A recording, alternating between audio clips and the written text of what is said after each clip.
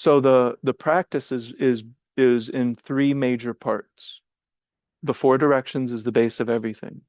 So it's interesting, like when Ida was talking, my thought is I'm doing the four directions and all of that all the time is the goal, right? Like even when I'm running, when I'm walking, when I'm talking with my friends, when I'm swimming in the ocean, which I don't do. But if I were to do that, I would be doing that with the four directions. On my way to the beach, I would be hoping to do my four directions. That's the hope, right? Is I want to do my practice at all times. It's an embodiment practice. It must be maintained. The good thing about that is it's not just maintaining words, a constant dialogue. No, it's like I feel my body. I'm in space and time. I'm moving. Every now and then thoughts do arise and they're not repetitive. They're not habitual. They're not making me feel unwell. It didn't check any of those boxes. So it's probably okay. I want to keep an eye on it, make sure it doesn't veer me away from my practice, because that then it would start to become a trap of attention rather than this beautiful thought that just arised and it's nothing wrong with it. And then so we have the redirection and the different degrees between that. And now we have principles, and there's two different degrees that I'm looking at that because I'm looking at the fundamental principles of things like yin yang and accumulation and the principle of the hawk, where attention is fundamentally unique. The perspective is fundamentally unique in your own, and you can never see. Those are universal principles that we're all bound to no matter what. Like you not knowing about them doesn't matter. Like we're all still bound by these principles, and they're etched in just about every culture, separated by space and time. We can find them. But then the warrior principles are a reflection of those basic principles, but it's also a way of looking at things. Does that make sense? So the warrior principle that really applies, especially to Ida's story, and then, when Shayna would talk about pushing herself when she would run, and then now she doesn't have good energy afterwards. And I saw my uncle do this where he pushed himself and literally almost had a heart attack when he got back. Now I understand what was going on. At the time, I'm just like, man, that sucks. Okay, I'm gonna go. But now I would have been like more, I would have done some stuff because he's literally about to have a heart attack. He's gonna overheat. He's gonna have a heat stroke. Like something really bad is happening right now. And for what? Like what was the purpose? What was the goal? What was the trap? What was really leading the behavior?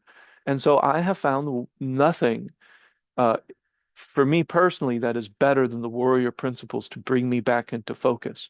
And one of those primary principles that this group is capable of talking about is the mood of a warrior, which is the controlled abandon. I like to use Andy Dufresne as that principle, where you're still doing, there's still stuff getting done, but you have this type of death is my advisor and I'm not dead, so I'm not going to worry about this, right? I'm not going to over concern myself with how far I'm running or whether I'm being lazy. It's like, you know what? I have 100 computational credits, 100 cognition credits a day, and I only have so many in my life.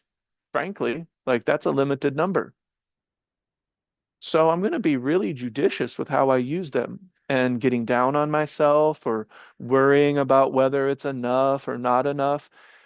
When my life is in the midst of separation, and Donna was talking about like the spirit and the clarity, that's the ethereal, the hun, that type of way of looking at spirit, and that physical part of my body, some of that stuff that falls and the muddiness that was kind of muddying up perception, that physical stuff, well, that's going to separate.